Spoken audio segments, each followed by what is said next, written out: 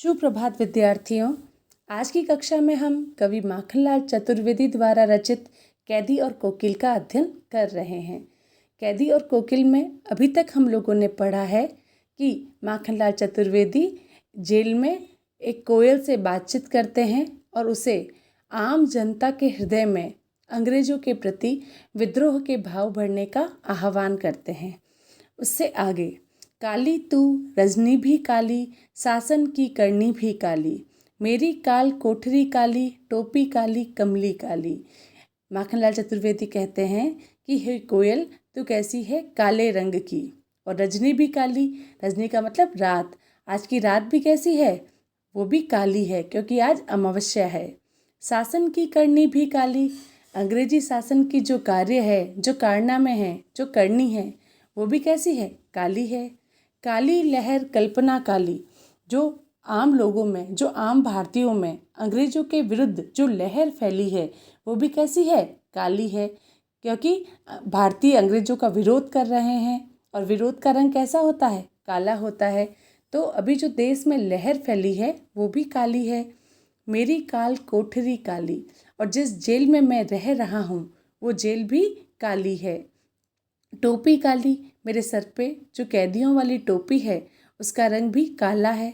कमली काली, मुझे जो कंबल मिली है वो भी काली है। मेरी लोह श्रृंखला काली, और जो लोहे की हथकड़ियाँ मेरे हाथ में बंधी है वो भी काली है। पहरे की हूँ कृति की ब्याली, और जो ये पहरा बिठाया हुआ है अंग्रेज सरकार द्वारा, ये जो पहरेदार है उनकी हुंकृति यानी उनकी जो तेज आवाज़ है वो भी कैसी है? ब्याली, यानी सर्पिनी के समान काली है। तिस पर है गाली, यानी इतने अमानवीय कृत्य करने के बाद भी ये पहरेदार हमें गालियाँ देते हैं। हे आली, यानी हे सहेली, हे सखी सुनो, हमारी कैसी दशा है। हम चारों तरफ अंधकार में, कालेपन में घिर गए हैं। इस काले संकट सागर में, यानी ये जो काला संकट हमारे देश में आया है, अंग्रेजों का काला संकट, मरने की मदमाती, तुम इस समय अन्यायपूर्ण व्यवहार के बाद भी इस देश में जो संकट रूपी सागर फैला है या जो संकट आया है, तू मरने की ठान कर क्यों आई है? कोकिल बोलो तो, हे कोयल बोलो, तुम्हें पता है कि अंग्रेजों के शासन काल में विद्रोह से बोलने वाले की मृत्यु होती है, उसे मार दिया जाता है, और तुम आम भारतीयों के हृदय में विद्रोह के बीज बोना चाहती हो, तो तुम ऐसी संकट के समय अपनी जान जोखिम में क्यों डाल रही हो? अपने चमकीले गीतों को क्यों कर हो तैराती, कोकिल बोलो तो। तू आज़ादी की भावना जगाने वाले इन चमकीले गीतों को इन विपरीत परिस्थितियों में कैसे गा लेती है? हे कोयल, तुम बोलो। जो विपरीत परिस्थितियाँ चल रही है, जो देशभक्तों के लिए अनुकूल नहीं है, ऐसे समय में भी तुम अपने गीतों को कैसे गा लेती हो?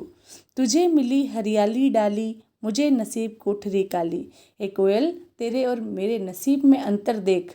तुझे रहने के लिए हरियाली मिली, यानी तू पेड़ों की स्वतंत्र डालियों पर, पत्तियों में विचरण करती वहाँ रहती है, और मुझे नसीब कोठरी काली, और मुझे ये जेल मिली है रहने के लिए। तेरा नभ भर में संचार, यानी तू पूरे आकाश में संचार, यानी घूमती रहती है, एक स्थान से दूसरे स्थान पर जाती रहती है, कोई बंधन नहीं है तेरे। मेरा 10 फुट का संसार, और मेरा पूरा जीवन इस 10 फुट की जेल में सिमट कर रह गया है। तेरे गीत कहावे वाह, यानी जब तू गीत गाती है तो सब लोग उसकी तारीफ करते हैं कि वाह कितना मधुर गाना गा रही है। रोना भी है मुझे गुनाह, और मैं तो यदि जेल में रो भी जाऊं तो वो भी एक अपराध है, एक गुनाह है। देखी विषमता तेरी मेरी, यानी तेरे और मेरे जीवन में कितना अंतर है, कितनी विषमता है, उसको तू देख।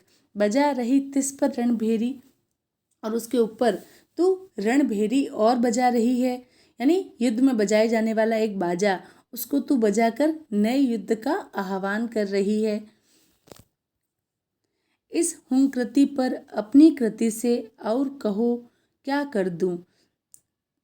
कि कवि कहते हैं कोयल से कि ये जो हुंकार है, ये जो तेज आवाज है, उस पर अपनी कृति से, यानी मैं अपनी रचना से और क्या कर सकता हूँ तो मुझे बताओ। यानी आज़ादी की लड़ाई में अब मैं और क्या करूँ। इस हुंकार से ओजस्वी रचनाएं लिखने के अलावा भी मैं और कुछ कर सकता हूँ। कोकिल बोलो तो। हे कोकिल, मुझे सुझाव दो कि जो मैं रचना का कार्य करता हूँ, जो मैं लेखन कार्य कर रहा हूँ, उससे मैं लोगों को जगाने का प्रयत्न कर रहा हूँ, उसके अलावा भी क्या मैं आज़ादी की लड़ाई में और कुछ कर सकता हूँ। मोहन के व्रत पर, मोहन का मतलब मोहनदास करमचंद गांधी यानी महात्मा गांधी। तो महात्मा गांधी ने जो व्रत लिया है देश को आज़ाद कराने का, प्राणों का आसव किस में भर दूँ। आसव का मतलब होता है रस या उत्तेजना।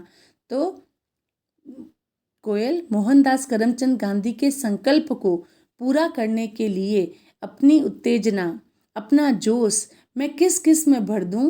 कोयल बोलो तो। आज की हमारी कविता यहीं पर समाप्त होती है।